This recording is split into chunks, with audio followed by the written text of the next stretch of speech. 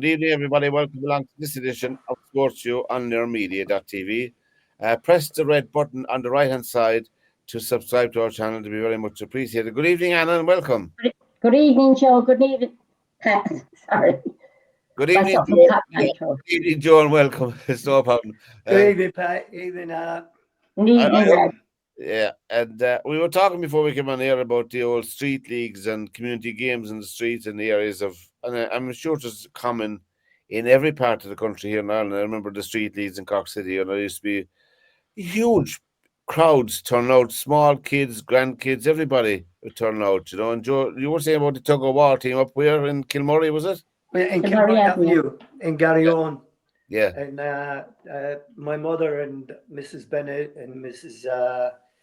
God, who else was in it? I'm not sure if Mrs. O'Donoghue was in it, but Mrs. Kavanagh and a few of the ladies, Mrs. Slattery might have been in it. Oh, yeah. And they were all wearing my Irish jerseys. So they got good use. They did, yeah. And a different year, of course. And then you had, of course, you were talking about your parish being 50 years old this year. Our parish, St. Bridget's, it's not the parish. St. Patrick's is the parish, but St. Bridget's and St. Patrick's have churches, But yes. Going back, we say the 80s now, we used to have, and it maybe it's part of the 70s, we used to have a sports week up here. And you would have the men's soccer teams from Granville, Linwood, Woodlawn, and the four of them, yeah. And we'd have ladies' teams, but sure, we only all, we were only all housewives, but we had great fun. Yeah. We had great fun. And the kids then they'd have the race and, the egg and spoon, all of this. It was a great week, And then at the end of it, we'd go up to St. Bridget's Hall. It's just the back of the church. Yes. And we'd have music and we'd bring our own little few bottles and we'd have a great night. Oh, because. But I think that's gone. Very few areas do that now, I think. Yeah. Sean Curtin is doing a book on the parish, and he's included an awful lot of the photographs, we'll say, from that time in the sports week. So it'll be a very good book when it comes out. You heard it here first. 50 years of growing. You have to say fair play to Sean for all that he's been able to do. He's brilliant. Keeping everything alive, all the memories alive of our parents, grandparents, brothers and sisters. I wonder would he come on some night and chat? I'd say he would if you asked him. I'm sure he would. If you asked him. You invite him on any night you like and tell him that he's more than welcome. Does he still go into the tavern, Anna? He does, yeah. They have a place in Spain now, himself and Margie, so they go over and back. Okay. But I mean, you see, every Christmas he brings out the lovely memories. My brother wasn't dead long, and I had the book, and my brother was in it when he was about 18 at the Stella. Good evening, Derwynne. Hey, everybody. How's everyone? Hi, Derwynne. We're all here again. It's great. It makes the picture symmetrical. Is that the word? I don't know. Yeah. It's a very big word, that. Is young Tom Burke still working in the tavern? Is young Tom Burke still working the bar in the tavern? I think he's still there, yeah. Yeah. He often passes up and down here. I think he lives up by Clahon, up that way, Joe. Okay. Yeah, I haven't seen Tom. We were talking about Derwynne at the start of the program. Was the old street leagues from long ago? The old street leagues and the old community games, community spirit. Did you ever have that tradition over in England? The street Wembley. As kids, we used to play the street down the road, and we used to all meet in a park during the summer and sort of do a draw. So we'd have, most of the kids were all at the same primary school. Yeah. But we all lived in different roads, obviously, and then we things out the roads and cricket. Yeah, that's great. They were good times. I don't think there's anything like that in the communities now. Maybe there is, but I've never heard of it. It is not a thing. The only thing you have out my direction from North Cork is what we call the old point-to-point meetings, where all the locals where they paint their horses for the day, paint them up and been down, and then there's a huge carnival around it and a huge occasion, you know. But it's just serious as well because there's a lot of dealing done with it. Anyway, that's just something I nice. used to go to a lot of those. My father was a bookmaker. Yeah.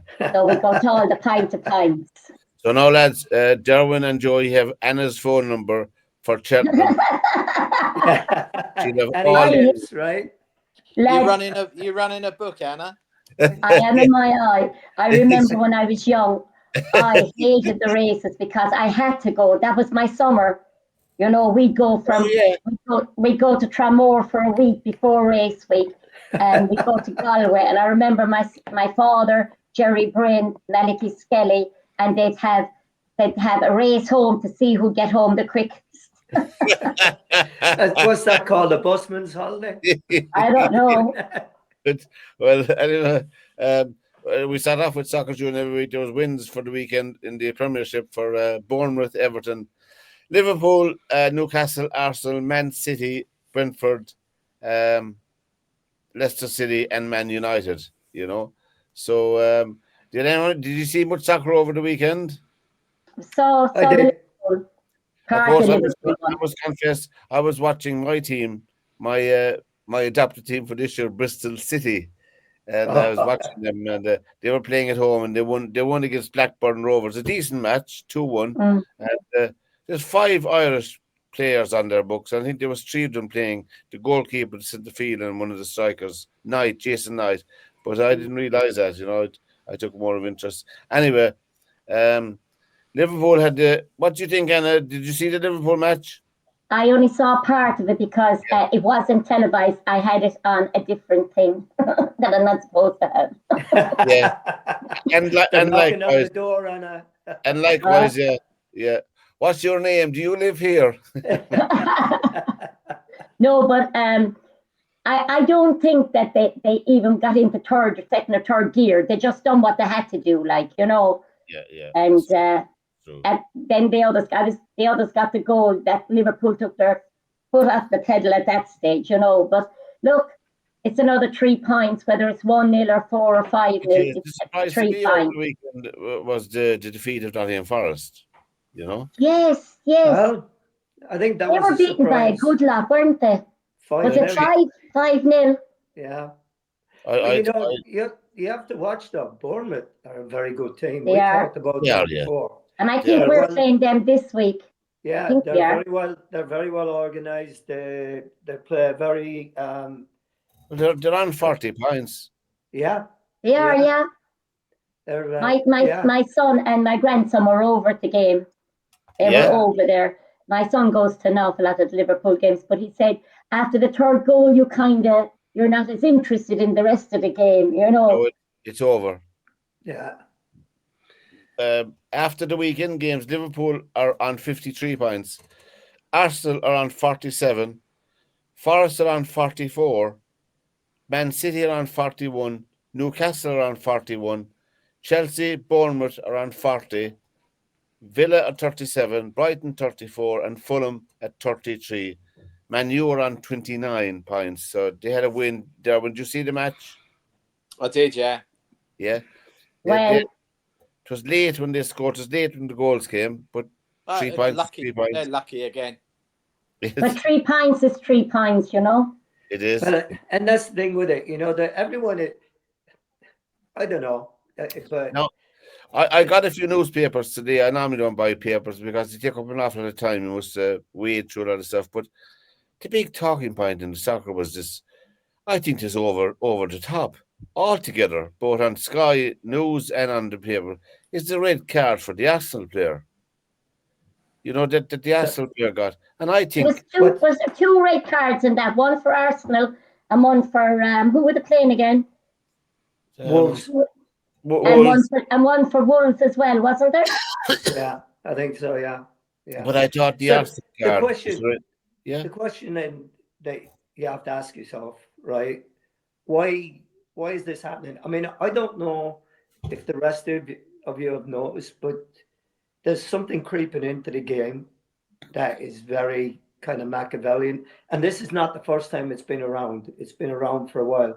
Back in the day, Leeds used to do it. They were called professional fouls and what have you. Yeah. Well, since this possession-oriented game that we've got, now teams are gambling by pushing a high line. Yeah. And the defenses and everything comes to an end in sports. Somebody figures out a way to beat something. Yeah. And what's happening now is that everybody's dropping back and they're holding just outside the 18, close to that. And then they're going for the fast breaks.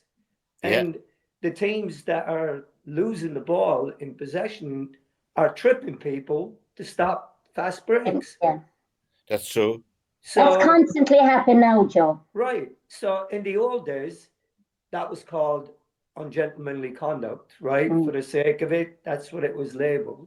And I remember a time in the 80s when that was brought in and you were getting an automatic red card for it. I know because I suffered from it.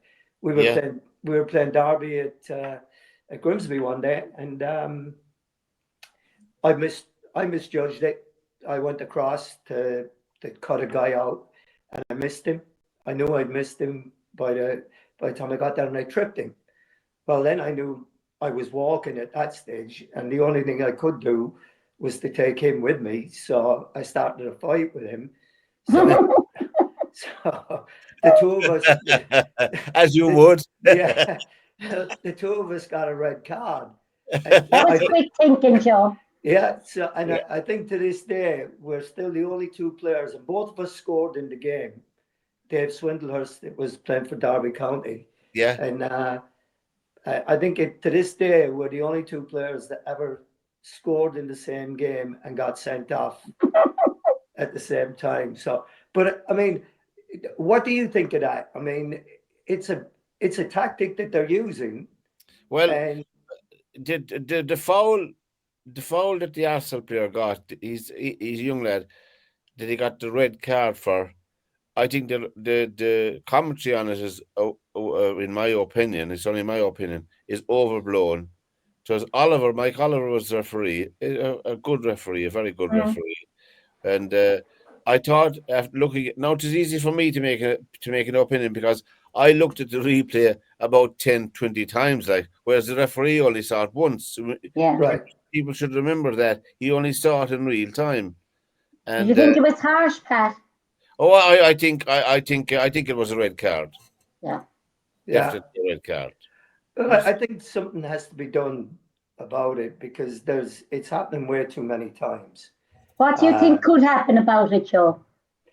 Well, I mean, I think it's probably a bit harsh to go back to what they did in the 80s, but certainly a yellow card for it would be, and now it puts you in jeopardy for the rest of the game.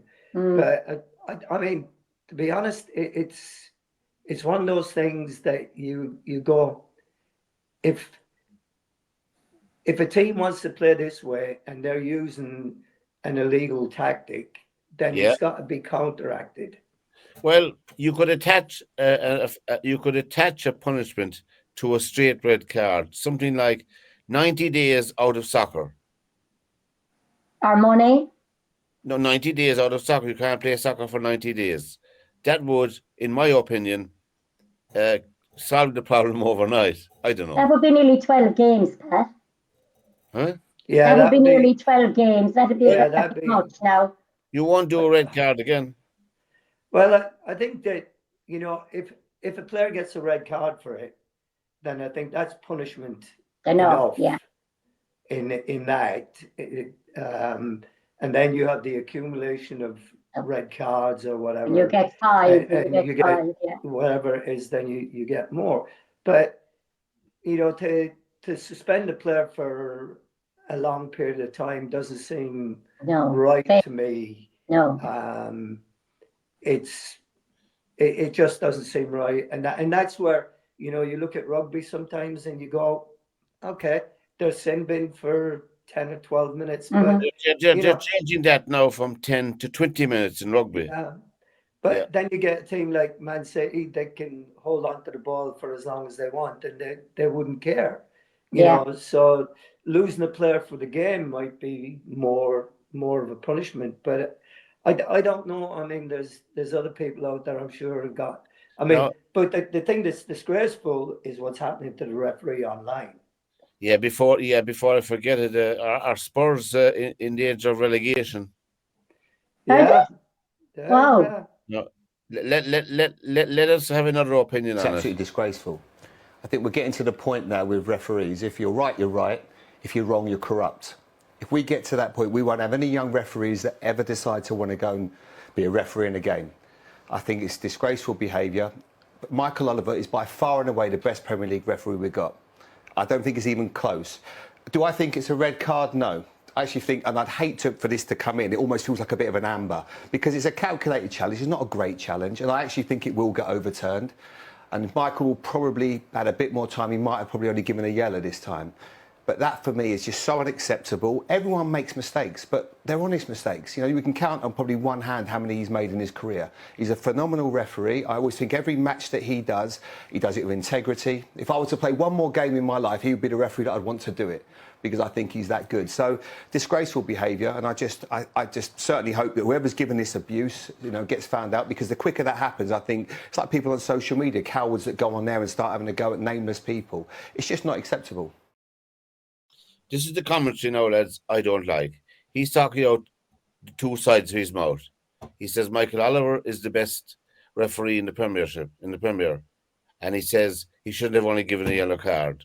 I mean, well, what he said was, in his opinion, it didn't rise to a red card. He thought that it would be an amber if you had one to go. But you know, I think he's saying exactly the same thing I'm saying. That something it's a calculated challenge. He knew what he was doing. Oh yeah, there's no doubt about the challenge. So there has to be a challenge now. Has there been something in place to make it a red card? I mean, if he's through on goal, yes, last man standing, you know, so it's again, it seems harsh, and of course, because it's Arsenal, everyone is whining about it. You know, we're this, we're that, we're done with this, we're done with that, and you know, if Declan Rice doesn't kick the ball away, you know, he doesn't get red carded. You know, the same way with Trossard, if he doesn't kick the ball away, those are the laws of the game. Know the laws of the game. Do not complain about when the referee is enforcing the laws of the game. I agree with you there, And he has a decision to make. We have it in boxing as well. Social media.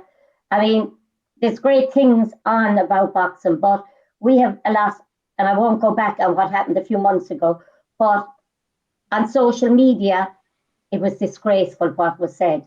And there was one coach, and they took him asunder. And there was no need for it, because he was only one of about 6 or 7, but he was the one that had to make the decision. And it's not fair. There should be something done. I know social media is great, but it can be very damning as well. Well, I'm sure you all enjoyed the European games during the week, and Monaco beat Villa 1-0. Liverpool beat Lille 2-1. Arsenal beat Zagreb 3-0. That was expected. Celtic beat Young Boys, who were pointless and still are pointless. But there was a cracking match in Paris, and as I said, I had visited the stadium last year, and it was a brilliant stadium. It was great to see familiar surroundings. PSG beat Man City 4-2, and Man United beat Rangers 2-1. Very good result for United again, but I thought the PSG match, and of course the Barcelona match, 5-4. Did you anybody see that match? Oh yeah. I saw some of the goals. I said, I better leave this on. We might miss another 5 goals. But it looks at the moment that City mightn't get through to the next round. Yes, it does. That's the way it's looking at the moment. But they have to win, don't they? They have to win. They have to win. There's only one more game in this league process, and then they go into groups, I think. Yeah, all this week, top 16. All this week, I saw all the matches this week are at 8 o'clock. You know, right? Except you have multi-screen, where you can watch 4 matches at a time. At one time. You know, I thought you're So going to. just to go back to the other Yeah, discussion that we had, right? And this is right. I mean, is it cheating that people are tripping players when they lose the ball and then stopping a counter attack? it is. Okay, It's it's it's right, it's it's definite. That'd right. be more like Joe, wouldn't it, when he's the last man standing, you take Yeah, him down. yeah, yeah. You know, I mean, So all players know the rules there, and they yeah, still do it. they do. But I mean, so I mean, he's doing it, but he's doing it further up the field. So Mm. I mean, I don't know. But Derwynne, you in your game, right? We've seen it happen before, where guys got in trouble, and it was probably the width of a quarter that with his Yep. ball mark that he puts down, and when he puts it down, instead of putting it behind it, he puts it in front of it, or what have Yep. you, and they get caught. That's cheating, right? Yep. Mm. Yes. Right? If a player uh, double hits his ball on the fairway, right? That's you're not allowed to do that. So it's punishable by a two-stroke penalty, right? Yeah. Or Is if it? if you're adjusting a ball in high grass in the rough and The ball the ball moves. the ball moves, and is it two stroke? Is it a two Yeah. stroke penalty? Yeah, two Two stroke shot penalty. penalty. I But think the big difference between it, Joe, is that like in golf, you're calling it on yourself. Right. So what annoys golf pros is when you get a message sent in, someone armchair referee, yeah, Right. yes, and swears black is blue that the ball moved. it You know, happened. Corey Carrington, the armchair guy. yeah. I mean, I've experienced having to be in a room and watch it as a witness, looking after the Volvo Masters for Volvo Yeah, at Valderrama one year, where Colin Montgomery was accused by the TV spectator in Surrey. We're yeah, in southern Spain, yeah, and the guy writes, straight away he's on the email and everything Yeah. else to the PGA saying that he touched the ball. And I had to be in the room because of being the tournament director for yeah, Volvo. yeah. Monty had won the Volvo Masters. He's come off the 18th green, happy, Oh smiling, all the Jesus! rest of Oh it. Jesus! Goes in the room into the scorer's van. I get asked to go in and act as Volvo's representative because he's signed his card. So this isn't a penalty. This is DQ. So Oh, he's going to get disqualified so at this stage. Yeah. yes, yeah. It's yeah. You can write it. It's gone. Yeah. Yeah, Now, I was only in the room so I could report back to Volvo what went on because they can't be in the room yeah, as sponsors. So, and we watched it. I mean, we went actually on buggies down to the compound, the TV compound, and went into the Sky van, and they have the ability on there to slow it down, not just frame by frame, but you're talking like milliseconds every yeah, time. yeah. And I mean, Monty was, I mean, at this stage, Monty is one unhappy person. I mean, I can't describe what that was like. Yeah, and you know what that's like. Go on anyway. And he looked at me and said, "You're a golf pro. Did you see that ball move?" And I said, "Well, I didn't. No, I don't see that as the ball moving." Yeah, You get, if you play, Scotland, windy conditions, whatever, Ireland, windy conditions. yeah, Portrush will get it at the Open, yeah, where you get the ball, it oscillates. yes, Now, there's a difference between you moving it and the wind moving it. yes, The ball oscillated, but that ball never left its spot. It never did it doesn't have to do a revolution. It yeah, just has to move away from where it was. So that yes, could be like, that's like not even millimeters. I mean, it's minute amounts of movement. yeah, And I was not asking. They weren't asking me as to make a ruling or have an opinion, but it was just literally, did you see it move? And John Paramore was the chief referee. He looked at me and he said, "I can't see this thing moving." And I was like, I can't. I don't know what we're looking at here. And the Sky technician guy was moving it you know, it was like 100th of a second, the frame Yeah. movements. And I was like, I don't know what this guy's talking about. I mean, and in the end, you know, they literally went, we can't see anything. So we're just going with the result because there was Yes. there wasn't clear evidence that ball moved. Yes. Now, if you having then reading all the information that came in from the Spectator, you'd think from the way it was written that the ball had moved like a foot. Yeah. And he hadn't touched it with the putter. You know, it wasn't windy. It just But if just you're going oscillated. up, if you're going up to take a putt on a very windy day, as Harrington was, remember? Yeah. And Harrington was standing. He hadn't addressed the ball in the sixteenth yet, Yeah. and So, the ball moved in the wind. yeah. Now, what we do, like if you, as golf pros, as tournament players, if you're playing in wind where you know this ball's got a chance of moving, you never ground your putter. You always hover it. All right. Because once you've grounded it, you've addressed the ball. Yes. But if you've hovered it, you haven't addressed the ball. Oh, I see. That might be pros knowing how to work the rule book. Whereas a club golfer, you know, I've played with club golfers where, I mean, there's a really interesting exercise that was done by the PGA.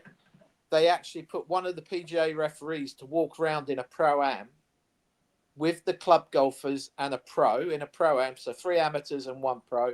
Yeah. And it worked out that between the 3 amateurs, there was something like 12 penalty shots incurred. Go away. But they didn't know they were cheating. Oh. They didn't do it designedly. They didn't know. They didn't do it purposely, and they didn't know the rule book. Oh. You know, one of them slipped into a bunker down a bank and put his wedge down in the sand to stop himself falling over. Well, that's a penalty shot straight away because you're testing the surface. You did, yeah. But he wasn't testing the surface. He was just saving himself from falling out on his face. But, you know, one was putting the club down in the rough, but he was doing it enough times that he was flattening the grass behind the back of the ball. And you know, Derwynne, you think you know everything about golf. I'm talking about myself. My goodness me. It's what happened with the Arsenal player was a deliberate stop the ball. run. Yeah.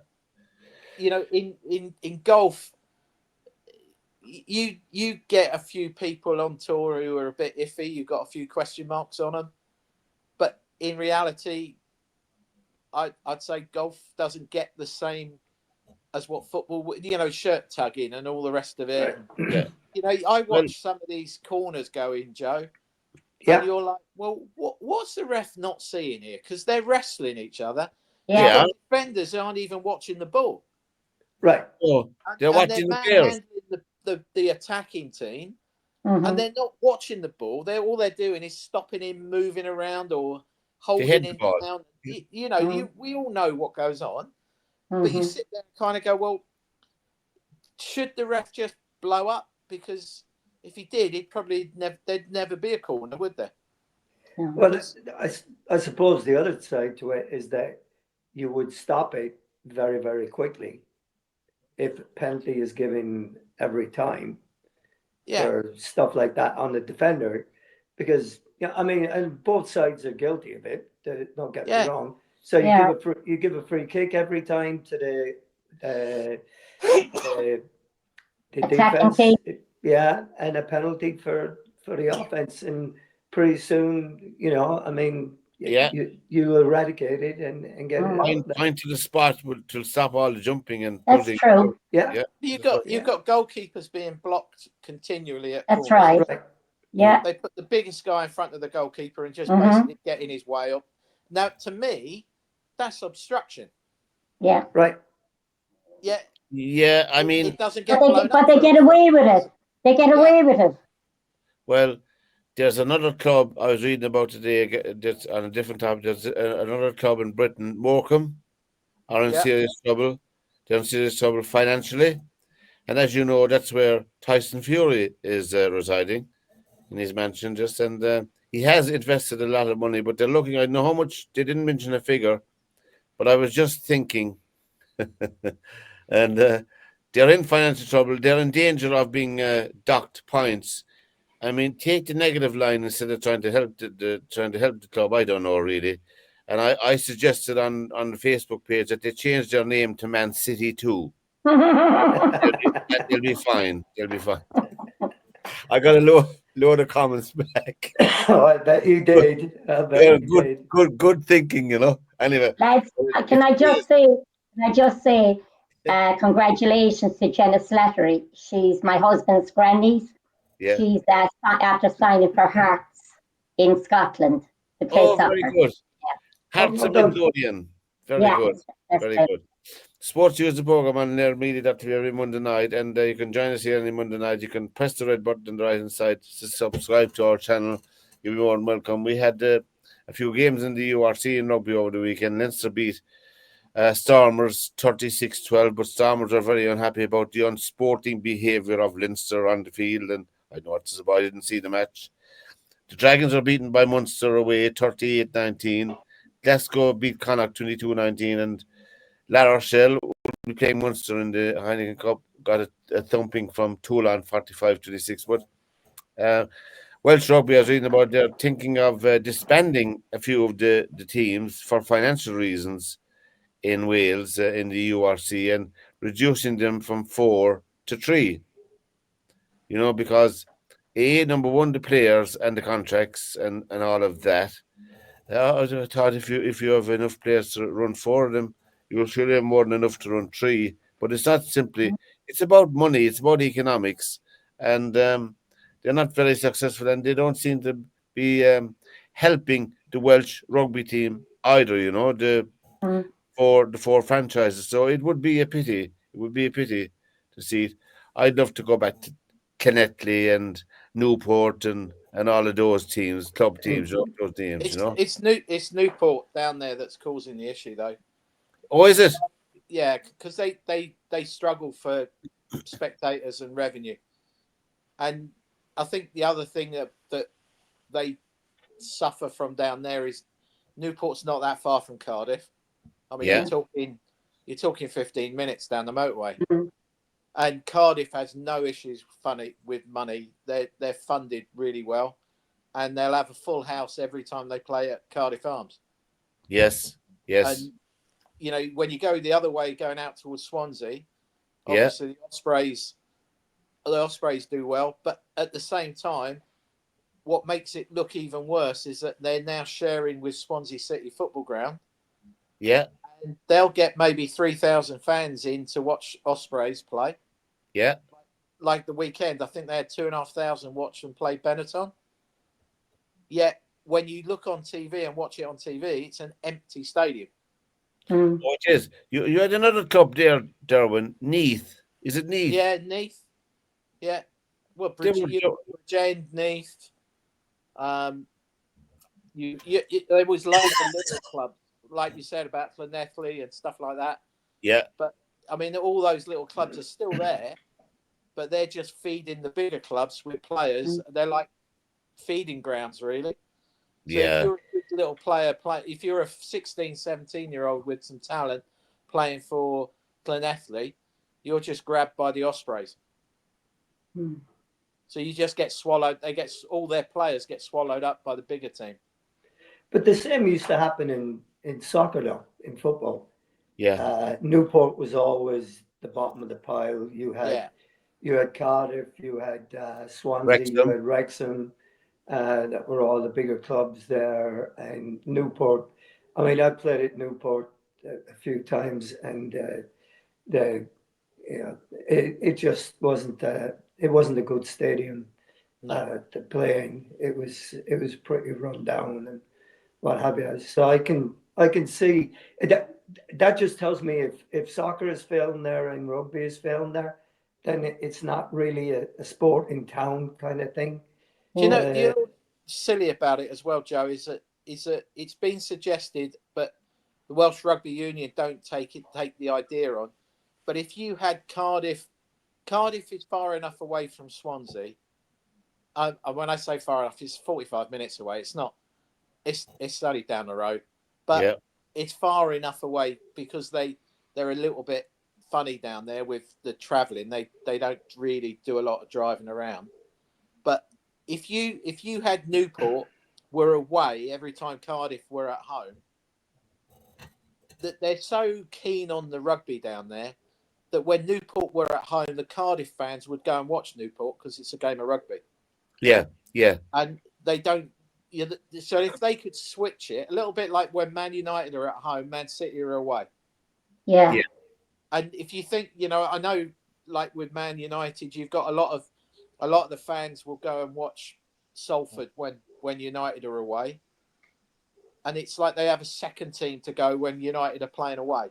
Yes, I get the point. That's a good point. And United, Joe, United's a bit different because when they play in London, they'll have 3,000-4,000 fans, but they're all from London. Oh yeah. They're not Manchester fans as such, or Manchester based. And if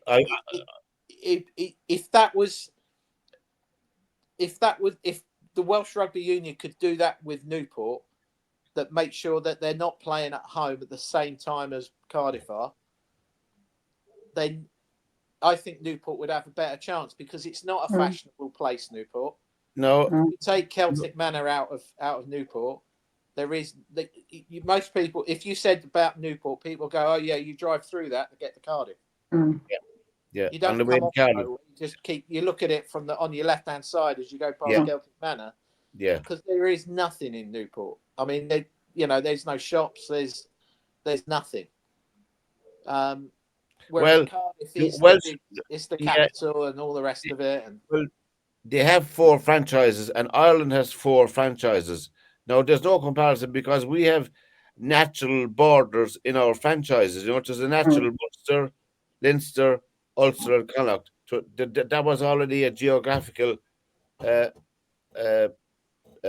of their own anyway, regardless. So it was a lot easier to get the franchises into that. Although there was a time when there was a discussion about Connacht, whether they'd support Connacht anymore as a franchise, because they were pretty poor at one time, and their clubs were pretty poor as well. But I mean, the franchise has absolutely helped rugby in Connacht. It helped that Bundyaki and a few more, and Matt Hansen and a few more opted to play with Connacht, and that brought up the interest in the local talent as well, so to speak. So they have a fine team now, but I don't know. I mean, it's not rocket science. What Ireland did, they gave, they guaranteed, the IRFU guaranteed the finances for the franchises, for their contract players, was with your province.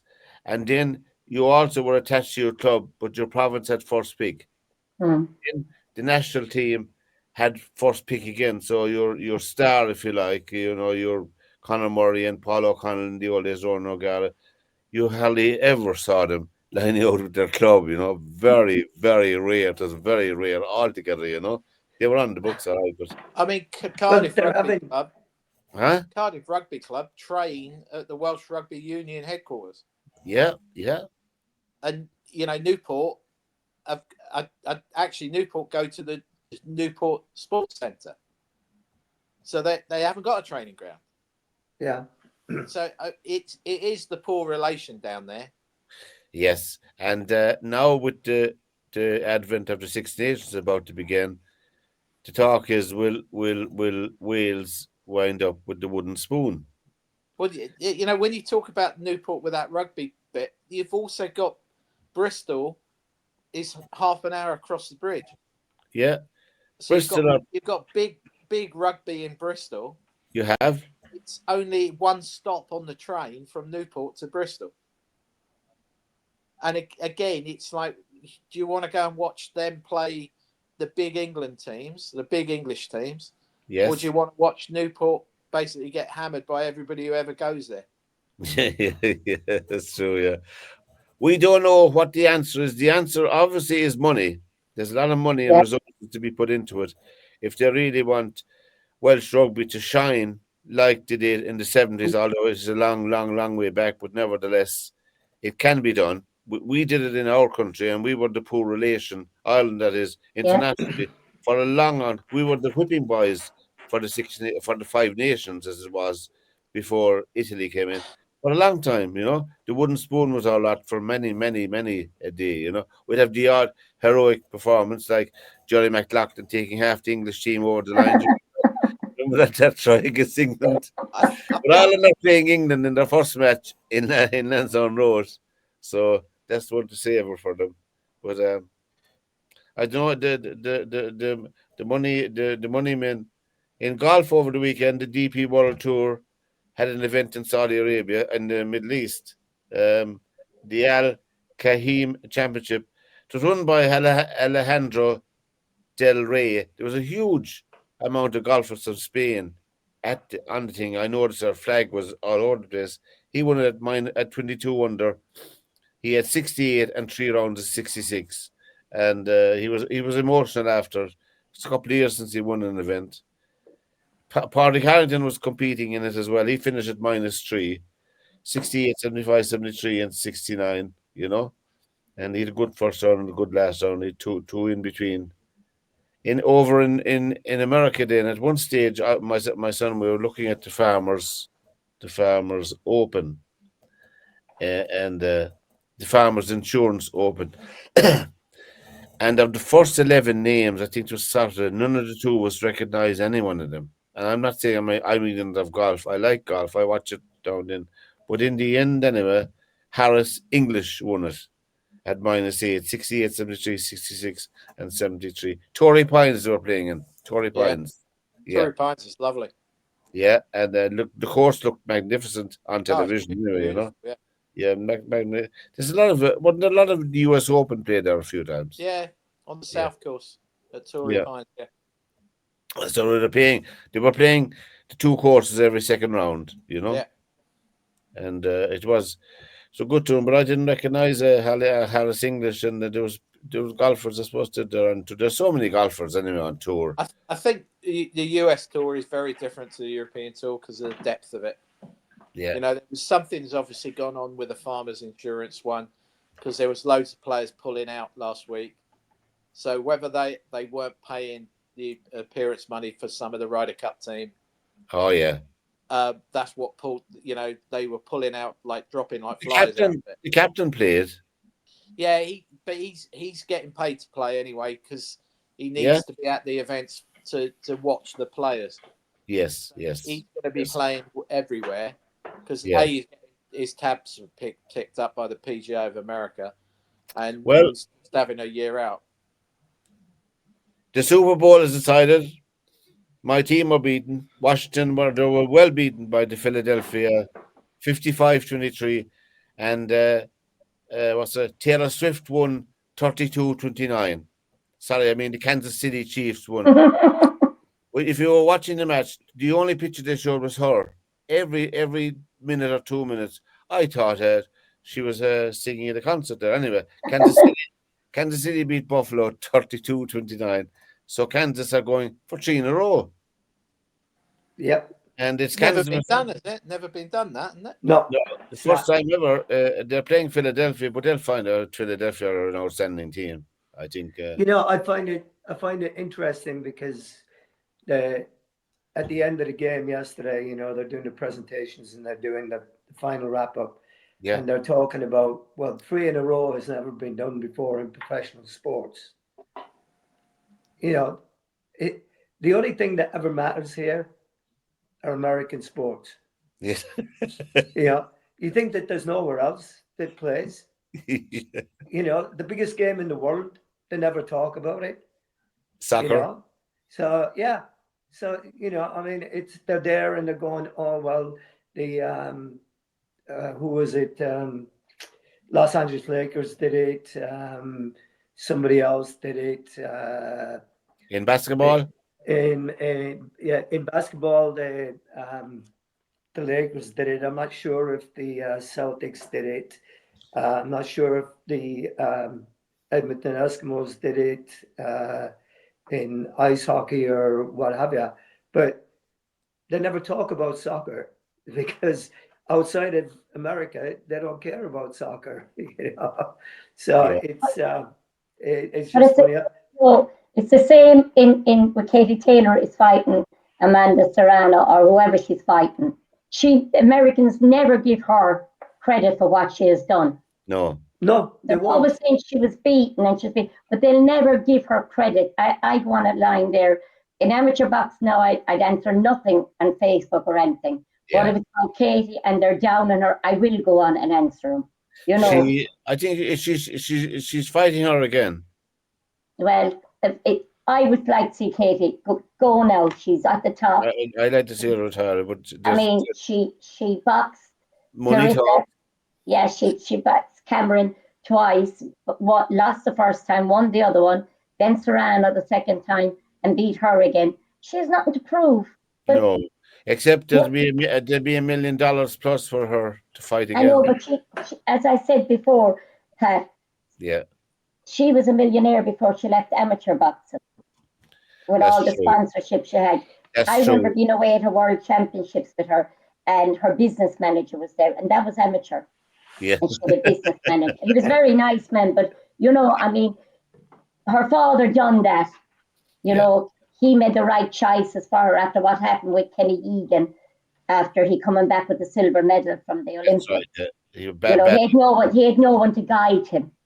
No one. And then Pete Taylor actually saw the mistakes that was made there, and they didn't make the same mistakes for Katie. You know.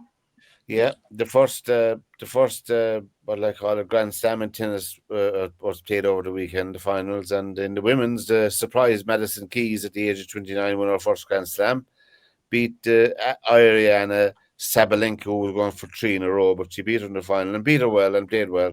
Yannick Sinner, the cloud over the boy. Yannick Sinner won the men's against Zverev in straight sets, so he won the first over the weekend. And it didn't go down well in lots of places, or the fact that he got away with the doping offence earlier on last year, you know. But anyway, Shinskela, let us water under the bridge. Now, Anna, Jolly Story Jr. passed away over the weekend. That's very sad. Yeah. Yeah, he of the Holy Family Boxing Club in Belfast, which has produced champion after champion after champion. You met Jolly, or do you know his father better?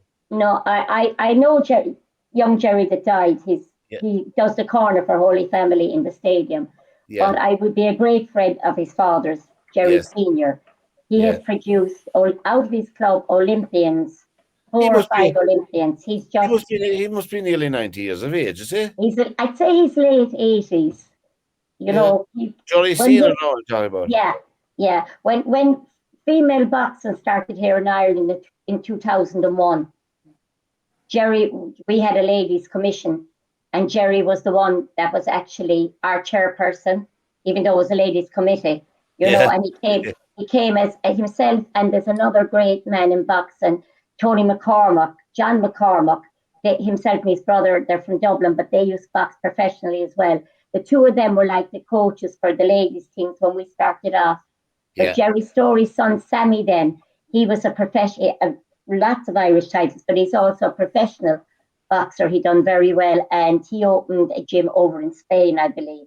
But I would just like, if anyone from Ulster is listening to this program, that the sorrow that I feel for Jerry Senior is just so sad to have to bury your child. Jerry, who died, was in the Holy Family Boxing Club. That's right. And for any of you who know the geography of Belfast, during the troubles in the 1970s, he was at the Catholic side, and Jerry drove a green Cortina at the time.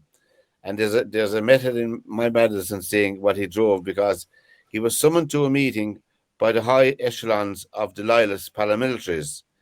And Jerry never took a gun around for his safety, even though he drove all over Belfast, drove all over the north. But anyway, he went to this meeting.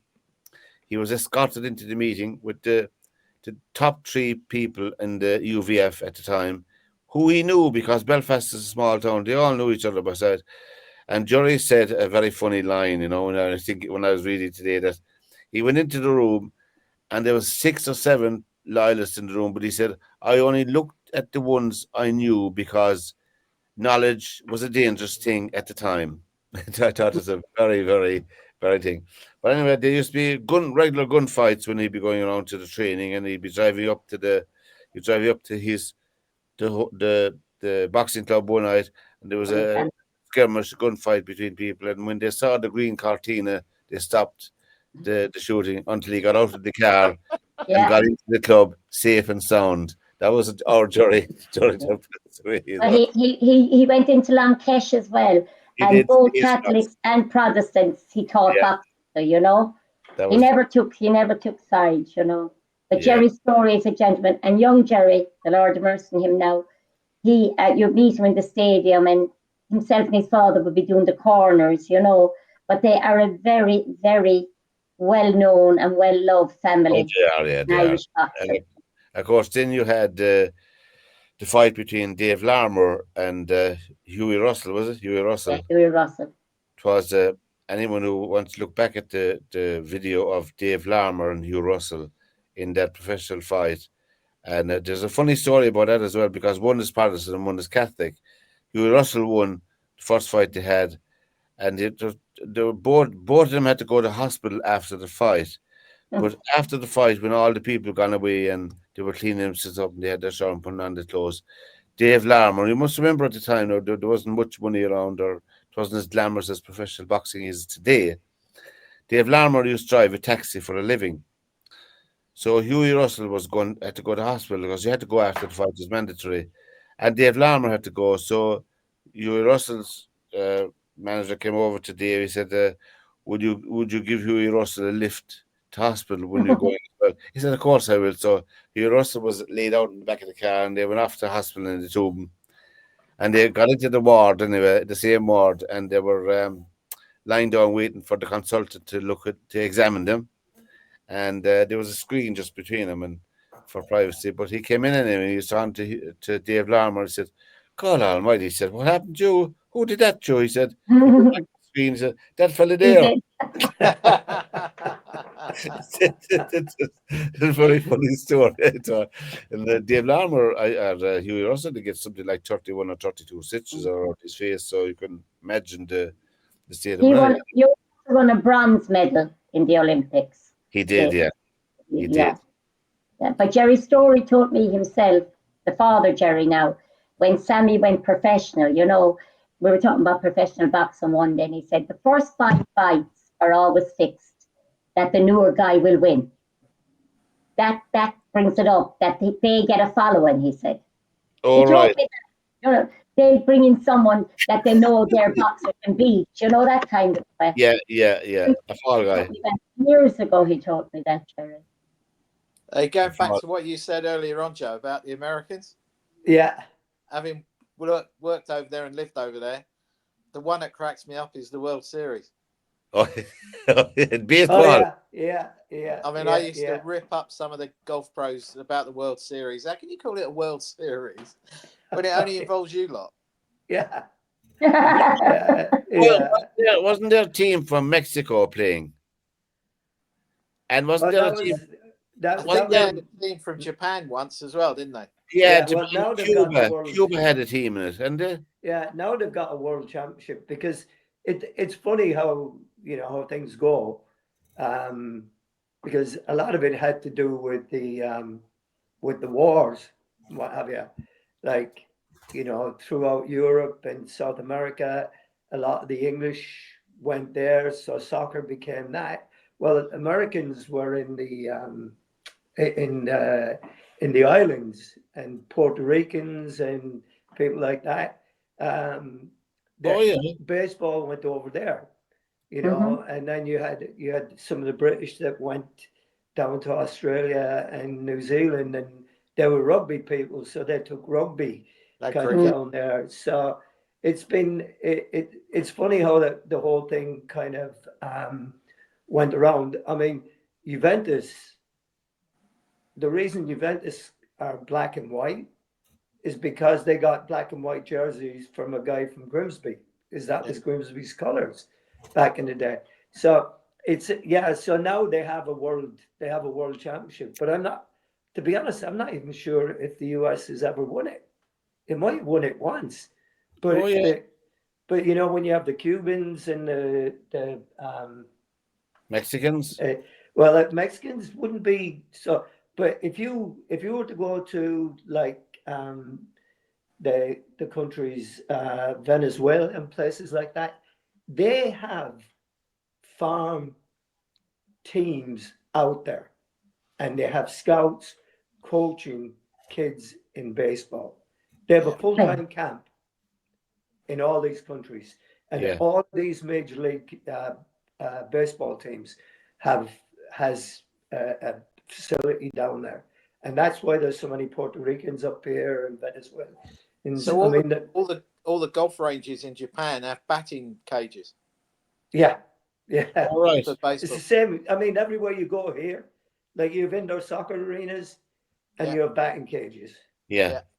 Yeah. Yeah. There's good news for Irish soccer just there today. As you know, Electricity is the main sponsor of the League of Ireland here, our League of Ireland. And they signed the League of Ireland signed a deal with Virgin Media to cover all their games, all the League of Ireland games this year. And it's kicking off on Friday, the 14th of February. Imagine, this is the first game in the League of Ireland. They'll have There's, roses and chocolates. There you go. Yeah. there's a great documentary on BBC iPlayer Yeah. about Glen Torrent. Oh, yeah. It's really good. We have no BBC iPlayer here in Ireland. The iPlayer is back here. Send it over. We have the rest, but we haven't BBC. But Fairview Rangers are playing Treaty United on the first. That's Friday, I think. The first. They're Joe McCarthy now is the president of Fairview Rangers. Is that the Munster Senior Cup? Is it Munster Senior Cup? No, they're playing it because Fairview are opening their all-weather pitch. All right. Yeah. Oh, you should see.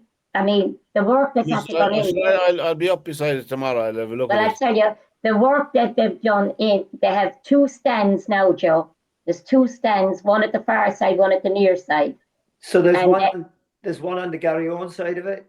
No, you know when you go in the gate at this side, and then where the opposition would be at Garryowen side, Yeah. St. Lawrence Park around there. They have another stand there now as well for the away supporters. I'd say what Fairview have above in the Fair Green, some League of Ireland teams wouldn't have the facilities that are there. Well, that's true. There's a big push on now to improve the facilities because people are paying decent money, and you need to be able to sit down as well in a seat if you're going to a football match now. You know, if you're going to junior soccer, it's only usually a $5. Yeah. You know, it's only a $5 in. That's all it is. And that hasn't changed for a long time. Yeah. No, it hasn't. No, in League of Ireland now it'll be good this year. I think there's a lot of money gone into, particularly the clubs around Dublin. A lot of finances gone in and improvements as well. Cork City are back in the League of Ireland this year. They got promotion last year, so they had an average attendance. They had the 3rd highest, even in the first division, the 3rd highest average attendance last year because there's a big appetite for soccer. Let's face it, you know. And soccer in Cork has always been well supported. Yeah, and they got an average of 3,000 on their gate, you know, which is fantastic down the Mardyke, down the Turner's Cross, you know, where they play, you know. So where the old Cork Celtic used to play, Joe. Right, yeah. That's where they are, Turner's Cross, you know. And so I'll be looking forward to League of Ireland on St. Valentine's night. You can go out to the first matches for the League of Ireland, I think. Anyway. You're all romantic. I think I stay with junior soccer, I think. Yeah. I think I'll tell my wife I've got to watch those games. Yeah, I'll be well pleased with me. Bring out the box of Black Magic to the match. It's bad enough watching the Premier League every week, not to watch the League of Ireland as well. Box of Black Magic. Yeah. They're my favourite chocolates, Black Magic. But anyway. No, I don't. Cadbury's Roses. Yeah, I could kill 2 birds with 1 stone. Cadbury's Roses. Flowers and chocolates at the same time. Anyway, so that's the news. So we've come to the end of another night, lads, and I had a clip there I wanted to play about Postacoglu, but it's gone anyway. So a big game this weekend, Anna, for you. Oh, it is Bradford. I think we're playing Bradford, are we? Well, no, because No? City and Arsenal are playing this weekend. Oh, Yeah, what I kind of would hope that maybe I'd never say that Man City might win. Well, I think that if Arsenal lose this one, I think they might be done with it. You know, yeah, but it's funny because Arsenal, every time, and Liverpool were very similar to them, after Christmas, they seem to play their best soccer at the beginning of the first, up to Christmas. And then after Christmas, they kind of, I mean, it happened to Liverpool as well, like, Yeah, of course, there'll be a lot of tension in those teams because they'll be playing as well in the European. Right, on Wednesday night, yeah. Wednesday, Liverpool are playing, and Arsenal are playing. So, there'll be no, That's true. But anyway, from Joe, from Anna, from Derwynne, and from myself, lads, it's been a blast. We'll see you all next Monday night, Lekun of Day, and I have to loosen the thing now. Anyway. I think, Derwynne, you threw me off with the black magic. Anyway, we'll see you next Monday, lads. Take care. Night, lads. Night, everyone. Night. See you next week. Bye, Anna. Bye,